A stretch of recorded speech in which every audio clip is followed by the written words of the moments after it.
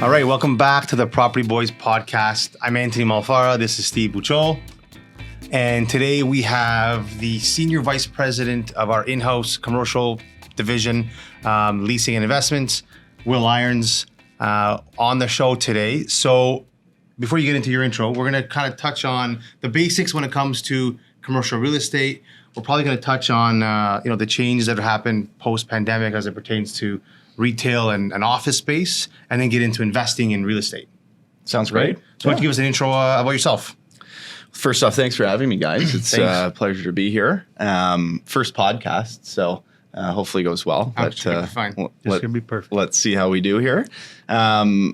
Wil Irons, I was with Cushman & Wakefield initially about 8 years ago is where I started my career. Okay. And main focus there was office leasing and investments. So that was sort of a research focused start. So you learn the business through doing market research, kind of a low pressure way to learn real estate at a major brokerage house. Yeah. And from Cushman, I moved over to Brookfield Properties, which I think at the time was the largest office landlord in Toronto, potentially in Canada as well, with about 10 million square feet of office towers downtown. Mm-hmm.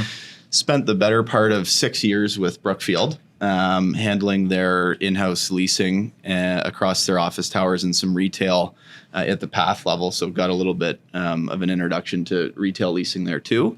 And then about a year and a half ago, came over to Signature, and I think probably one of the main focus for me would be office leasing still. I'd say that's my core business, but do a little bit of industrial, a little bit of retail. And with the pandemic, kind of have to become a bit of a generalist in commercial real estate to stay busy, but also following the trends there and learning more about the business. So it's been great.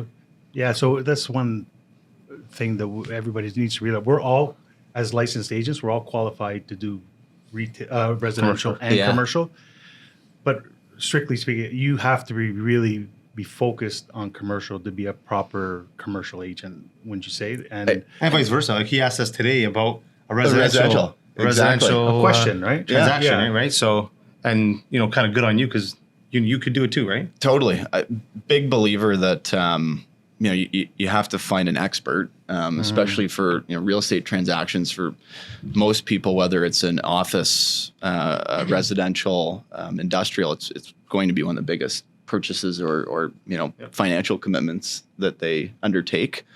And so we go through the typical licensing process, and it's all the same, but you do need to pick your specialty and run with it. That way, when you're speaking with your clients or colleagues, you can be as informed as possible. So maybe you want to describe it. So we all know, we're all pretty sure about what residential is. What is commercial? So we know there's different segments of commercial. As you said, there's office, which is something that you specialized in. Divided up into the, kind of three major categories. You've got office, you've got retail, and you've got industrial. And within that, you've got the leasing side and you've got the investment side. So oftentimes with commercial brokers, you'll have a specialty in a certain asset class. And then you'd also have a specialty whether you're on the leasing side or the investment side. Right. We've seen a bit more mixing and matching more recently, where you're seeing office, industrial, retail brokers doing a bit of leasing and a bit of investments. And that could be a function of the pandemic and keeping busy and just being even more of an expert in the specific field that you're in. But for me, I started off focused on office leasing, and more recently I've transitioned into a bit more of a leasing / investments role. I do think it's good to know both. If you know how to lease space, leasing is the main function that drives the value of an investment. So for me, I think if you understand the leasing fundamentals, you actually become a better investments agent as well. So right. It's a neat crossover. Yeah. And there's one more thing that I don't think you mentioned was multi-residential properties. Definitely. So, and the reason I didn't mention that is there's a certain threshold where if it's under if it's under a certain size, it stays on the residential side. It's 5? Is it 5? Yeah. And over that, it becomes a commercial property. But some kind of blurred lines there, because some people think, well, you're living in a building, so it's residential. Right. But you're right. It does fall under the commercial category. Is it 4 units and under is residential? 5 and up is commercial. 5 and up that's is right. commercial. Yeah. Okay. The differences lie, I guess, in the financing of it, right? Because it has as a 5 and up multi-res, you're going to have different financing requirements.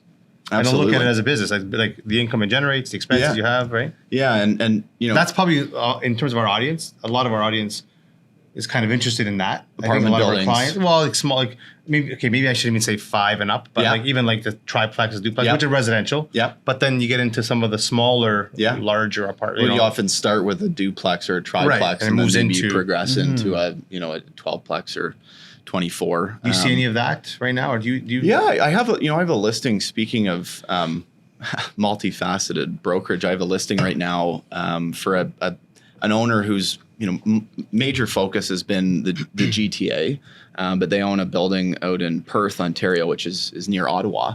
Yep. And so I've got a 24-unit apartment building out in Perth right now. And what's really important with apartment buildings, because you have rent control, right? So you've got certain limitations on how much you can increase your rent by, that the financing becomes so much more important as opposed to, not that financing is not important in an office building, but when you have office space, the rents can increase at whatever you would like them to when a lease expires, so long as both parties agree. In an apartment building, if someone doesn't move out, you're limited to whatever the percentage increase is. I have a question with that, actually. Sorry. No. I'll just a quick anecdote. So, this property, the sales have come down a lot in apartment buildings. The volume of transactions has gone down significantly. But what we're seeing is owners who have strong debt structures, right? So this one in particular, it's got a 2.83% loan for about $2 million. And it goes until 2031. So for a person looking to purchase a property, you've got a really strong debt structure that's transferable from the existing owner to a new owner. And so the properties that are transacting right now, we're often seeing them as ones that have those loans that are assumable by the next. Yeah. And that's just because of the bank. The bank's when you're signing your loan, there's it's easy to overlook it when you're looking at the number. Okay, what is it? But the fact that loan is transferable to a new purchaser, new owner, it makes it so much more valuable. Including the rates? Including the rate. So the 2.83%, wow. Comparing that to today's rates, you're automatically you've got strong cash flow right away on someone else's debt that's being transferred. So a lot of the properties we're seeing now are ones that have those assumable debt structures. So talking about the rent control. Yeah. We totally get that because it's obviously the same thing in the residential market. If a building, multi-residential building, commercial, 5 units and up, is new. Yes. Is there rent control there? I think that in 2017 there was new legislation that was passed with regards to buildings. 2018. In 2018, in residential side, anything that was built past November 15th, I think, 2018, there was no rent control. I'm just wondering, does that translate into the commercial side of things of 5 units and up? It certainly does. It would be the same, right? Because you're still tenant. It sounds. I just don't know what if that would be different for. And are you talking about buildings that are built, say, 30 years ago as well, or are these for the newer assets? No, brand new. So obviously the buildings that were 30 years ago, there's going to be rent control. For sure. So I just, like I said, if that carries over the same way, that's beautiful. So I would be more inclined to look at those newer buildings. Obviously, you're going to be paying more, but yes, at least you don't have that rent control in there, which exactly. Which could make or break a deal, right? It certainly could. And people right now, they're not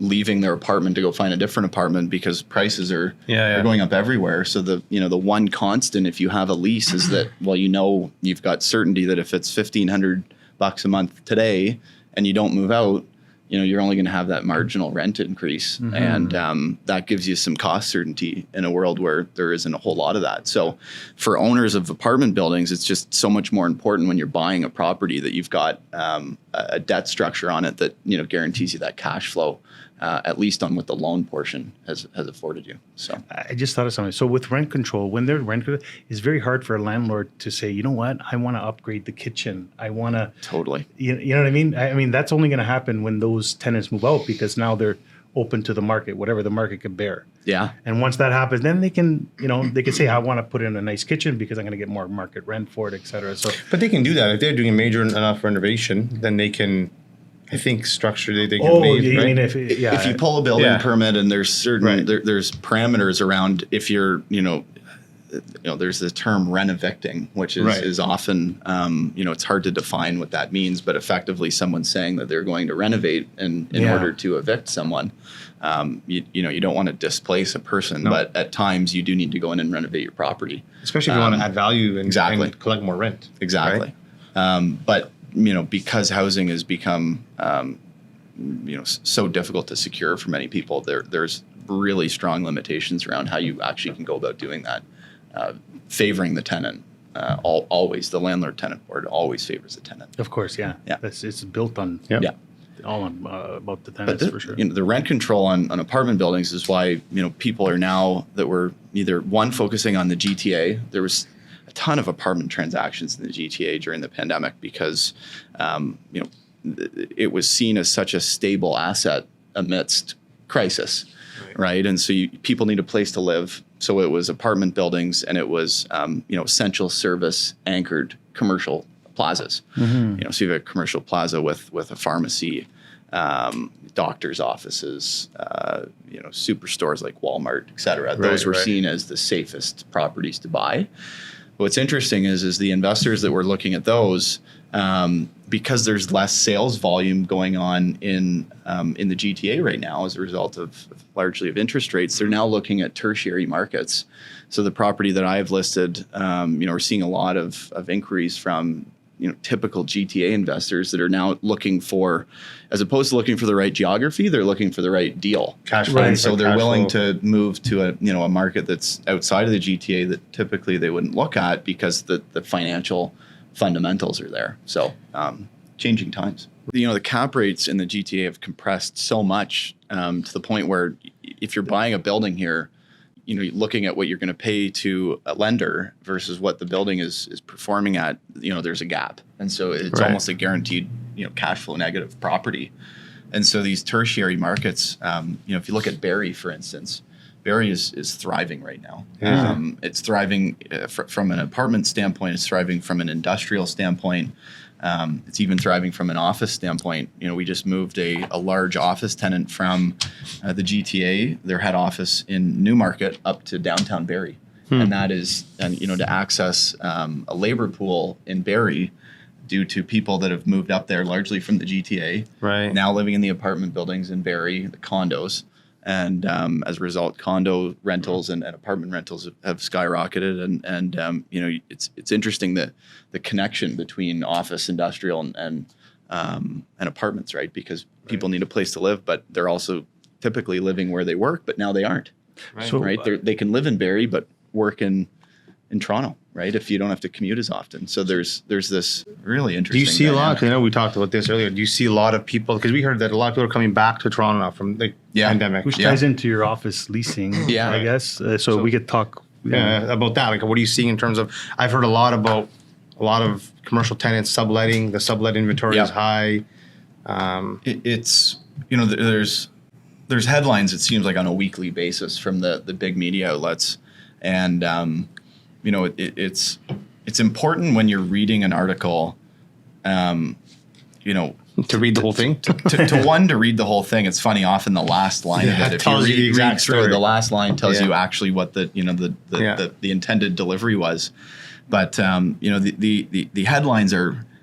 I don't want to say they're misleading because they are portraying often statistics that are factual. They're kind of misguided. Yeah, they want you to click on the article, and so often there'll be a headline that maybe doesn't exactly correspond to the body of the article. But what we're seeing as far as office leasing goes, while occupancy rates are certainly lagging in Toronto, I've heard from some counterparts in New York, in Washington and Los Angeles that.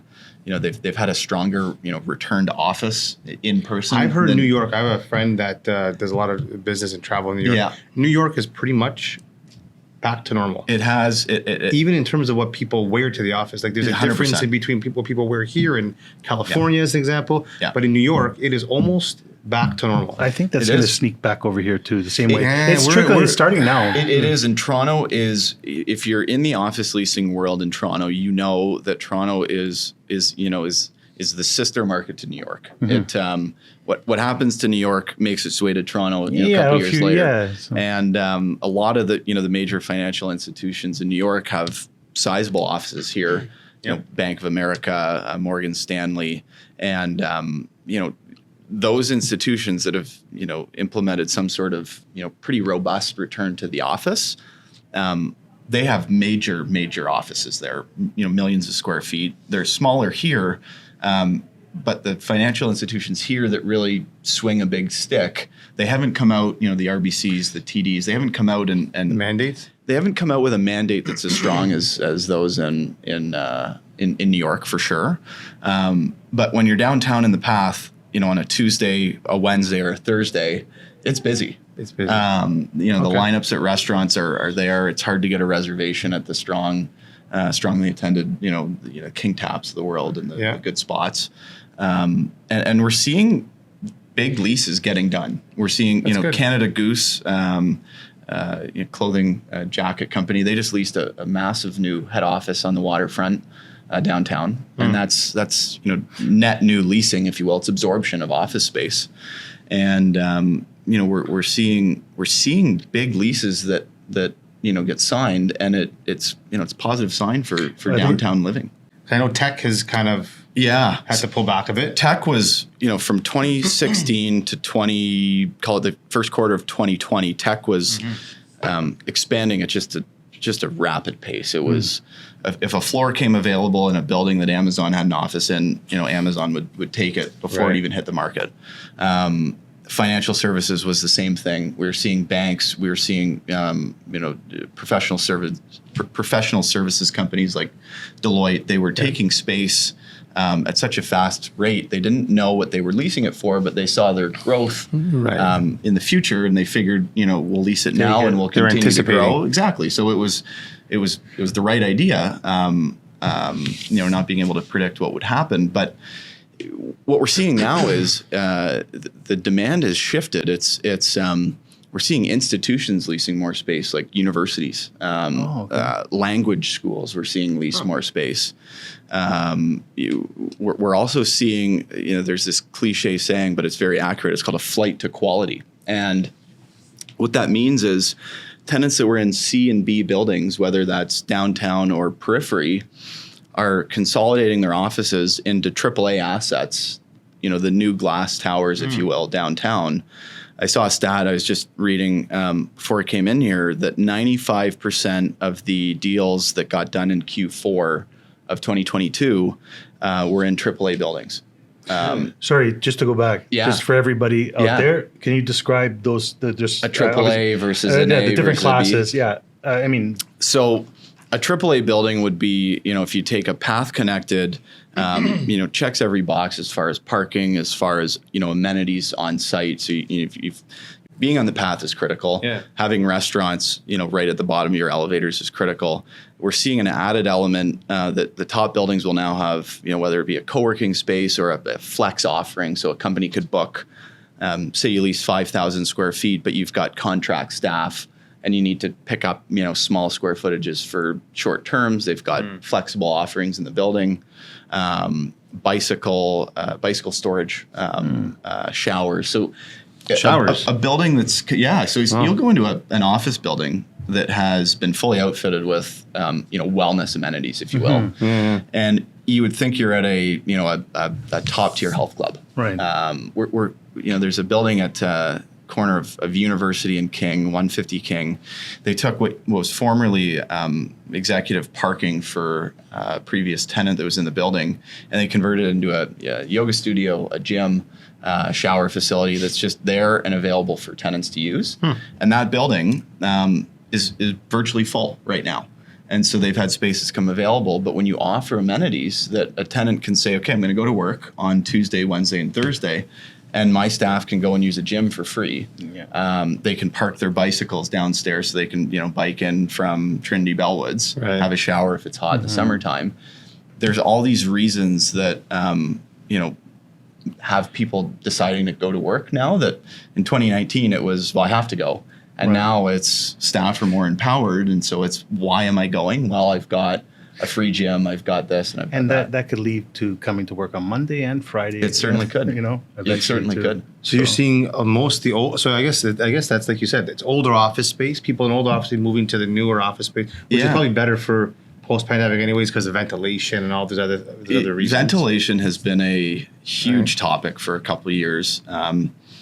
In my previous role with Brookfield, it was something we were looking at early on in the pandemic, how to retrofit the HVAC that's above this T-bar ceiling here so that it was, catching more particles. And when people come into the office, they feel like the building is doing what it can to ensure that, there's no transmission of airborne viruses. And landlords have invested substantial capital into, things that you don't see. So above the T-bar, MERV filters, MERV, MERV, are something that landlords have gone in and added them to their HVAC systems so that they're better for catching viruses as they airborne transmit through a building. So we were talking before. We were under the impression that things are coming back a little, but there's still a lot of office space available.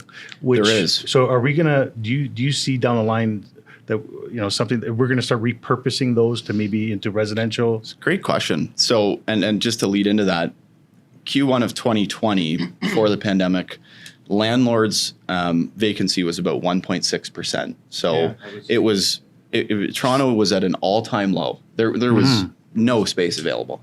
Around 10, I think, around 10. Now it's just north of 10. Yeah. That's the direct space available through landlords. And then you add on top of that the sublease availability, which is tenants that, leased an extra floor and now they don't need it. So they're leasing it back to the market effectively, to a subtenant.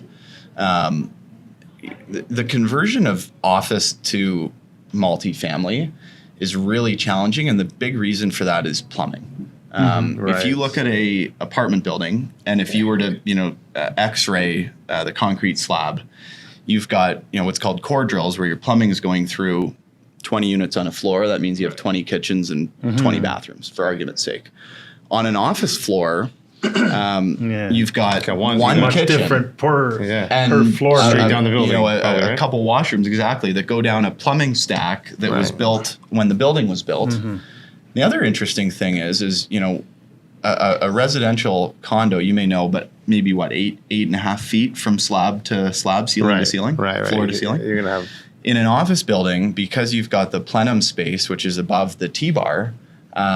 You've got typically about 12 to 13 feet from concrete slab to slab, and so when you go to retrofit an office building, you've got maybe 4.5 feet above what a typical residential building would have. And if you want to have that same density from the ground to the top of the building, your slabs are in the wrong place. So there's companies coming out that are now telling you the viability of a conversion. And this is happening from what I heard in Washington, I think, and in New York. It's definitely happening. And, in these markets where there's a housing shortage, I hope it happens more. But it's not as simple as, well, I have a tall building. But is it easier or less expensive than building a new one? It's a great point. It's something I don't know. I don't know. But what I do know is that from some recent articles I've read, from an ESG, which is environmental concerns, when you go and buy a building and tear it down and build a new one, the environmental concerns from demolition and reconstruction of an asset.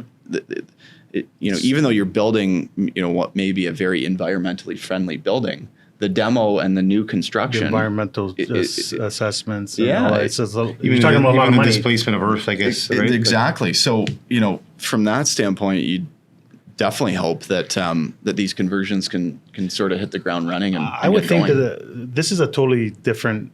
Like we were talking about it, that if it made sense, you would see these big developers do it, right? But it's a totally different business when you're remodeling. Plus, you got to wait till those landlords that are maybe sublease those contracts have to run out before that can happen, I guess, right? Well, that's the thing. Unless you're buying it out. Say you have a building where a large tenant leased 300,000 square feet, and now they're subleasing it, so they're trying to find a new tenant.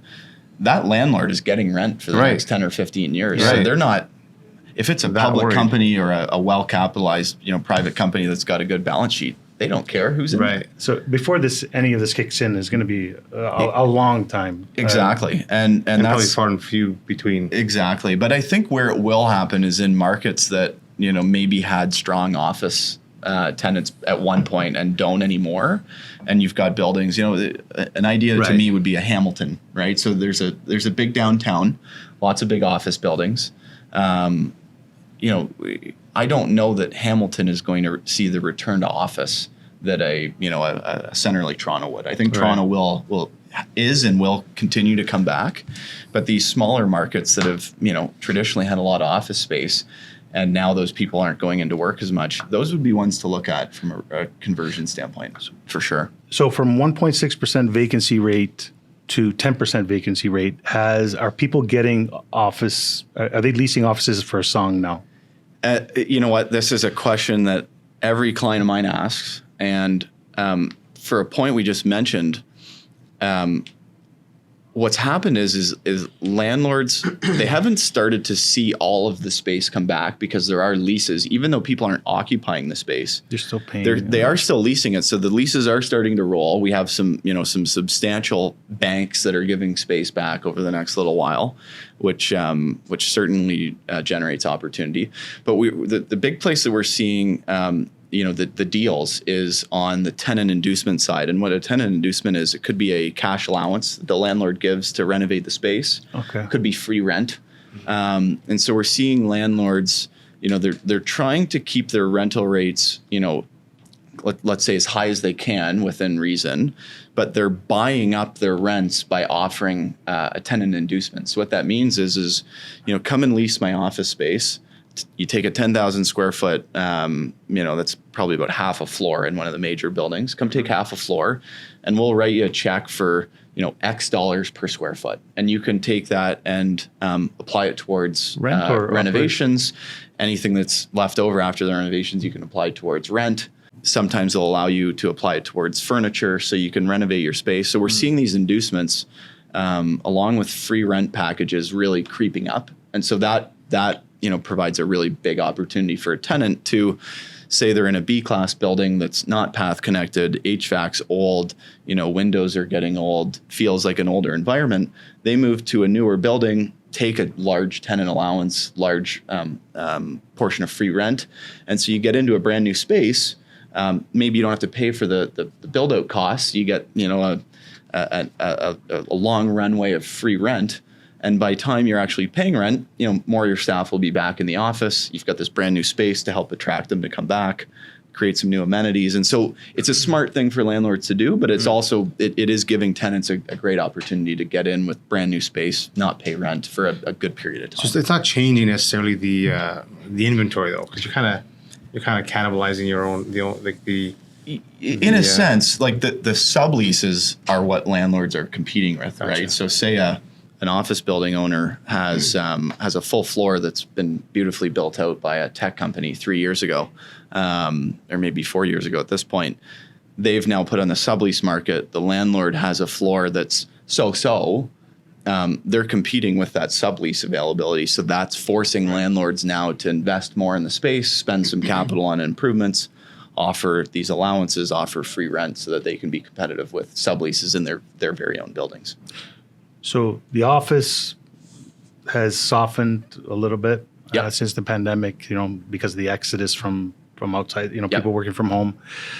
Let's talk about what went crazy from the pandemic, since the pandemic. What would you say is the craziest market? The industrial, which is it's a big word, but warehouses effectively, whether they're used for heavy industrial or logistics, which is distribution centers, that type of thing.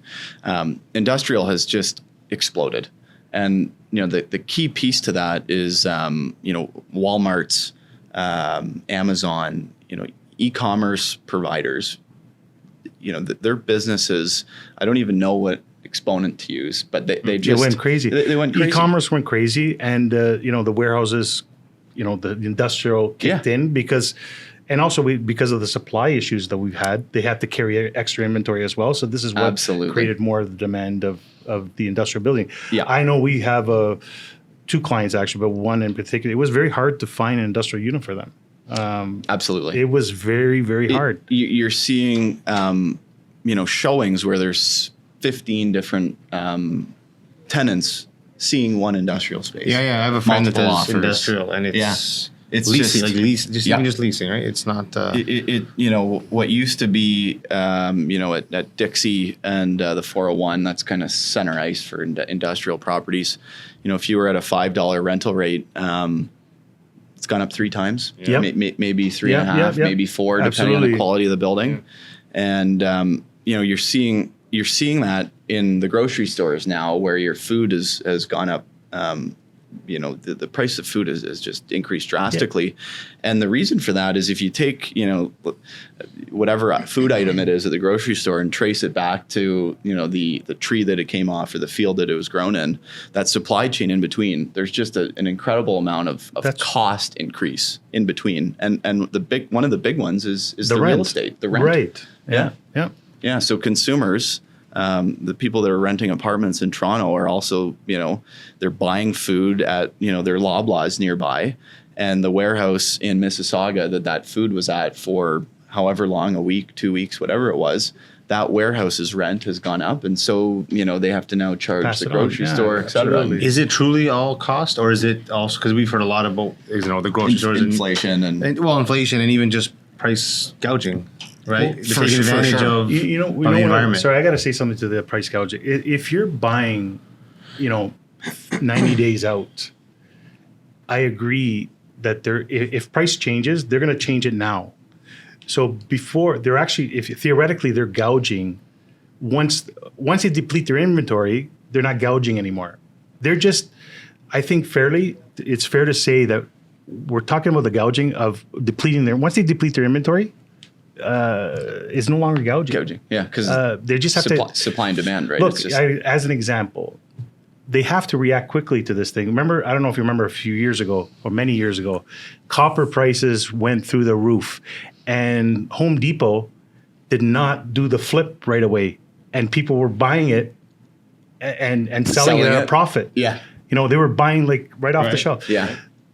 This is kind of similar to what I'm saying. So if bananas are going to be more expensive because they know the trucking is more expensive, storage, and they have their contracts, I guess, 90 days out, they're going to change the price now, and rightly so. In anticipation for what? That just made me think of something super interesting, and it goes back to the first point about being an expert in your field. Mm-hmm. And there's a clause in a commercial lease where you're given the ability to sublease or transfer your lease to someone else. And so I'm seeing this with my clients.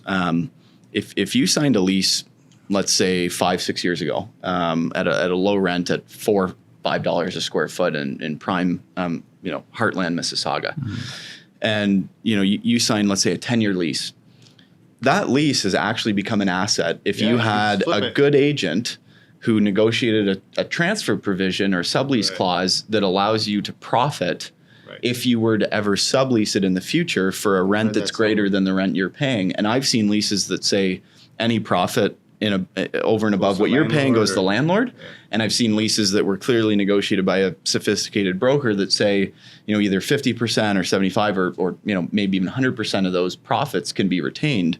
So we're actually seeing leases that tenants will say, you know what, we'll put our space on the market, we'll right size or we'll move, and we will actually turn our lease, which was a liability, into a profit center. Right. And so, your same example about Home Depot consumers doing that with copper, it just shows the importance of having someone that's knowledgeable about your subject matter, because that sublease clause when you're signing the lease doesn't seem like it matters. You need the space today. Yeah, no one's anticipating 3 times the no one's market anticipating rent it. early.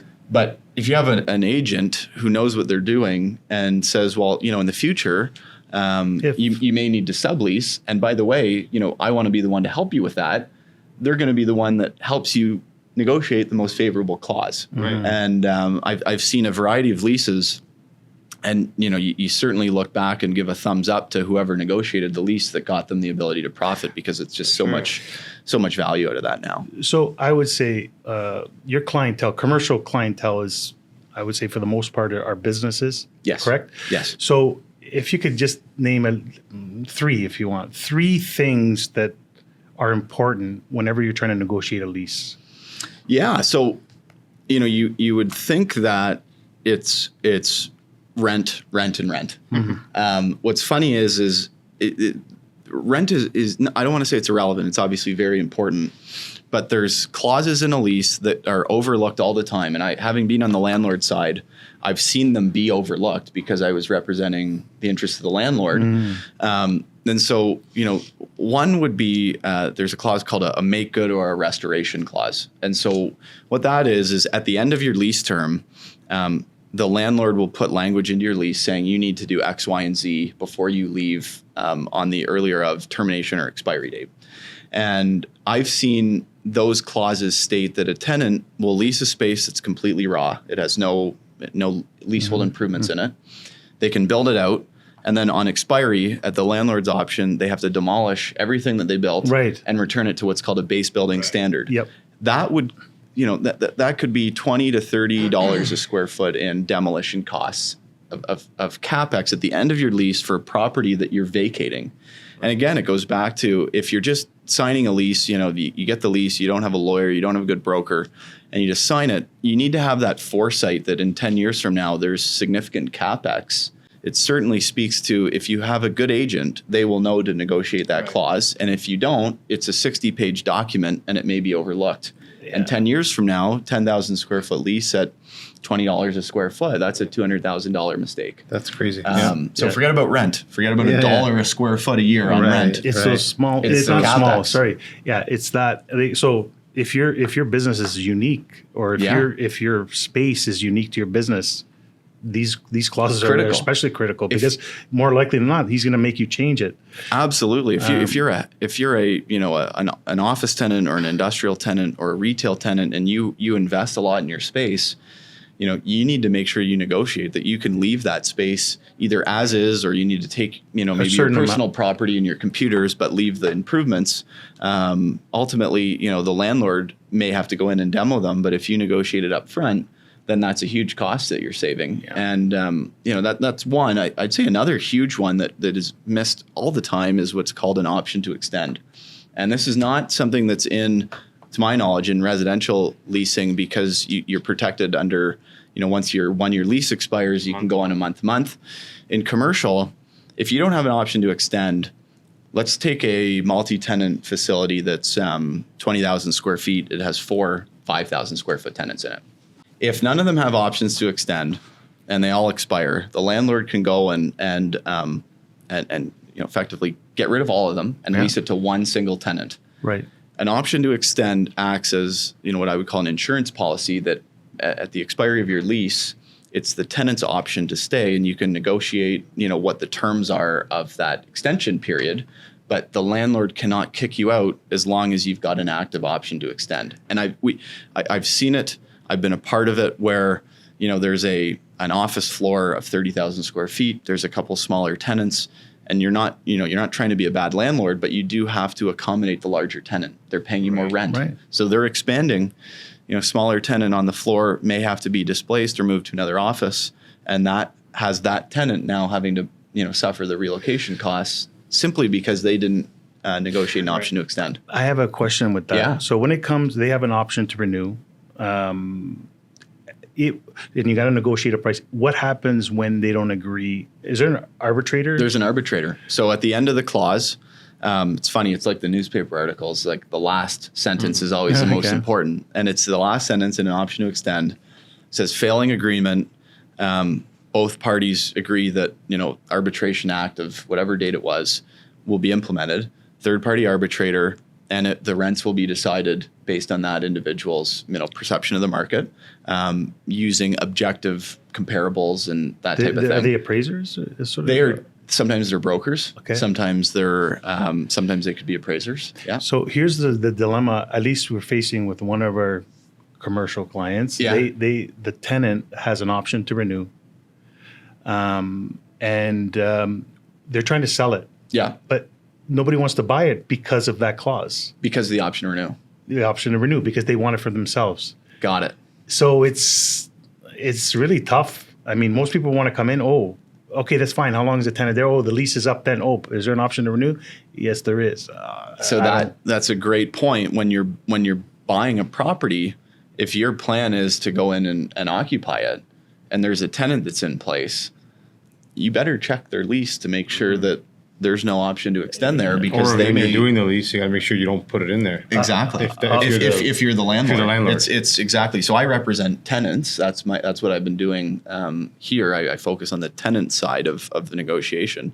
If you're representing the landlord, you want to do everything you can to keep it flexible, so that a purchaser or a tenant down the road, that you have the ability to go in there and. Unfortunately, they didn't come to us when they, at first. Yeah. But we're there after. So what's happening with this particular case? We're actually trying to buy out the tenant. Oh, really? Yeah. So I mean, it's ugly, but I say that. But you made it ugly. Yeah. Not us. Yeah. So yeah. So that's a great clause for the landlord. Yeah. Maybe not so great for, especially if it's a small retail space. Yeah. You're really like, who wants to move out of something that is $3,000 a month? I'm just Absolutely.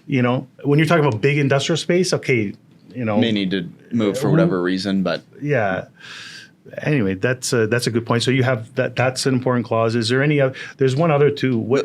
There's a term for it. There's a relocation clause, which can often be a slippery slope for a tenant. And so you sign a lease, you go out and, you've got an agent, you pick a space, and, you spend money on that space.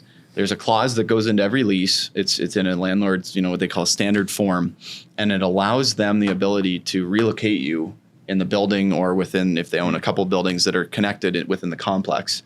And so you could lease this, beautiful 60th floor office. Someone comes along in a few years, they want to lease the entire floor.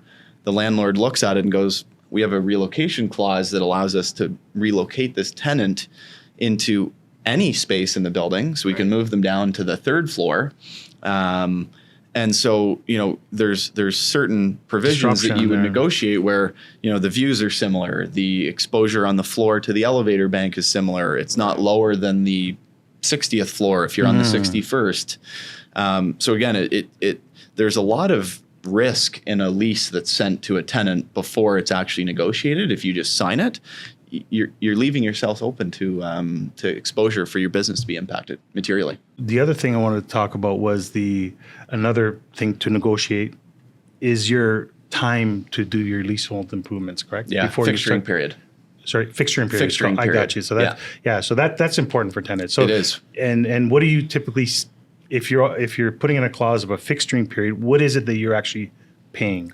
So you typically would pay only for utilities and garbage removal during a fixturing period, and there's a part of that clause where you negotiate a 3-month fixturing period because that's how long you think the renovation is going to take, and then your commencement date would be at the end of the 3 months. I've seen it many times where a landlord will say, once you're done building your space, then you start paying rent. Even if your commencement date is April 1st, but you're done building March 15th, they have the ability to accelerate that rent commencement date. So, there's an add-on that you need to put into your fixturing period that says, one, you're allowed to build the space out. You're allowed to complete the renovations free of rent, other than paying for garbage removal and hydro, being power.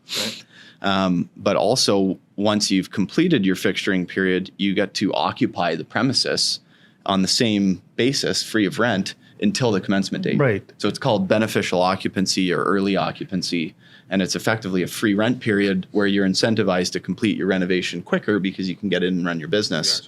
Gotcha. But again, it's an add-on in your lease to say that you can actually do that. And I've seen landlords say, look, you're occupying, conducting business, we're going to accelerate your rent start date because you're charging money to your clients, so we're going to charge money to you. There's one thing I wanted to get your take on, and that was the retail space, more as it pertains to, I guess, malls. Yeah. And the changes that we're seeing there with online. We talked about Amazon and Walmart, and in terms of what we're seeing in terms of transitioning from brick and mortar to online. And are these malls are they able to kind of get through this? Are they going to be able to get through this? I'm assuming they have to make it more of an experiential, Definitely. and get really into the customer journey. Yep. But what are you seeing there? So it's a great question. Malls are transforming. It's actually incredible to think about what stores were in malls in 2019 versus what stores are in malls now. Yeah. And I've done a handful of retail leasing. It's not what I spend most of my time on, but I do a bit of it. Experiential is a good word. I think what we're seeing is large businesses that have been created over the pandemic from an e-commerce perspective. They want to see the advertising and foot traffic that having a small pop-up store would give them. So, right. A friend of mine who runs a pretty significant retail operation that was built solely online during the pandemic, opened a store at Yorkdale. And it was a pop-up, and the basis for opening the store was to see what foot traffic and sales it generated, even if the sales were on their website, but because people were going to the mall to buy a pair of shoes and walked by their store. And this was a store that, it's not a traditional mall store, but, we're starting to see obviously cars like Tesla, and a few others have opened stores in malls. We're seeing Dyson vacuums opening stores in malls. Seeing Sleep Country open stores in malls. Yeah. So it's Sleep Country 20 years ago would have had a massive big box in a retail plaza, and now they've got a 2,000 or 3,000 square foot store in a mall that allows people to come in and try their best sellers, maybe go home and order it from their website. So it's a renaissance of experiential retail, but still relying on their backbone as e-commerce. So they come in, try the product, and then they go home and order it online. So are they expanding the uses of these malls as well? Definitely. So this would actually, if they're expanding the uses, this would be much more appealing for banks to loan money to the businesses, right? Like they're gonna have to have a very wide array of clients, like different kind. Like we're normally typically used to like clothing, right? Let's say, right, jewelry. Or, now they're gonna have to kind of really change the gamut of what their clientele is gonna, or not their, who their tenants are gonna be. They want to open up. They want to open up the market. Right? You have obviously movie theaters. Maybe you're gonna have more arts and cultural. Who knows, right? Events. Definitely. I think malls are just becoming a destination to go for a walk. Well, that's it. It has to be a destination because no one's going to. I know for myself, if I'm going to buy clothes, I would much rather go online, order large and extra large, have it shipped to my house, and then try them all on, whichever one fits. Absolutely. But I still like taking a walk through the mall once in a while, right? That's what it is. It becomes a mall walk where you go in and you go and pick up lunch, you have a smoothie, and you're walking by something, and you go, I'm going to go in there and check out a Dyson vacuum. Or I'm going to try something that I haven't tried before and experience the product. And so the mall owners who are actually the same as the office owners and the same as the industrial owners. It's large pension funds that own all of these. Whether it's Yorkdale and Oxford or the Eden Center in Cadillac Fairview. I heard Oxford's creating they're trying to create something like an online platform similar to Amazon. Really? Yeah. To create a method for purchasers to purchase online, but they won't offer delivery though. So you got to go to the mall. Go into the mall to pick up pick up, like either it's in the store or in the mall. But then they hope that you're going to walk through the mall rather than spending the time looking for what you got to look for. You're going to go and experience something. What about I don't know if I'm saying this correctly, but what about positioning some of these stores as the last stretch before it goes to the consumer?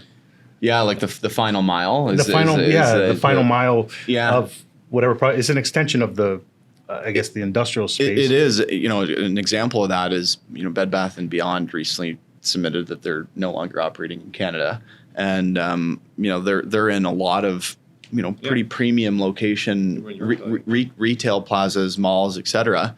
And I could definitely see it. I could definitely see, they've got the clear height, so they could run racking up and down from floor to ceiling.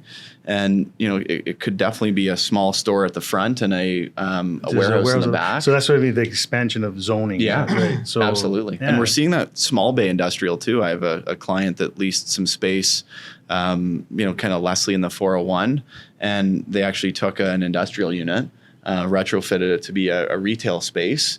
But because you get the large clear height for the industrial warehouse, they're able to run their clothing further up the walls, so you could actually make use of all of the space. as opposed to typical retail, which is lower ceiling. Right. So definitely seeing some creative uses on the retail side, but I think it's a long term. It's a good industry to be in, the retail real estate. Yeah, it's changing, but it's going to be it's going to do well long term. I had the notion it scares me. Retail. Yeah, it does. You know what? I've had so many clients reach out on the investment side, interested in neighborhood retail. So that's a plaza that's anchored by a large big box, Right. and then has 10, 12, 14 ancillary smaller units. At the same time, I see, like, I live around Yonge and Lawrence. All I see is, like, not all I see, but I see a lot of, vacancies and grocery lease signs. grocery stores I could see. Yes, like things that are Pharmacies I see. Yeah. doctor office, maybe lawyer office. After that, I almost feel like clicking to on buy, online, right? Yeah. to buy clothing or that kind of stuff. I unless it's something very unique. Here's the interesting I thing don't when see it it. comes to commercial. If you have a retail plaza that's largely vacant, these properties, they sell on a cap rate. So if it's vacant, the cap rate's obviously going to be higher, meaning it's you can't charge a premium for a property you own if you're not getting rent on 50% of the units. Right. But for a buyer, if you can buy at a cap rate and then lease out one unit, you've automatically increased the value of your property, right? As soon as you've leased that unit, it's worth more because these properties, they sell on a cap rate. So, if it's 50% empty, that means you've got a lot of upside. And so, the upside in commercial is significant because no rent control. Retail it's going to be slow, but it's coming back. And so each of those units you can lease, if you buy a property half empty and over the next 3 years you lease all of them out, the building has appreciated. You just gotta lease them out, though. Yeah, you gotta lease them out.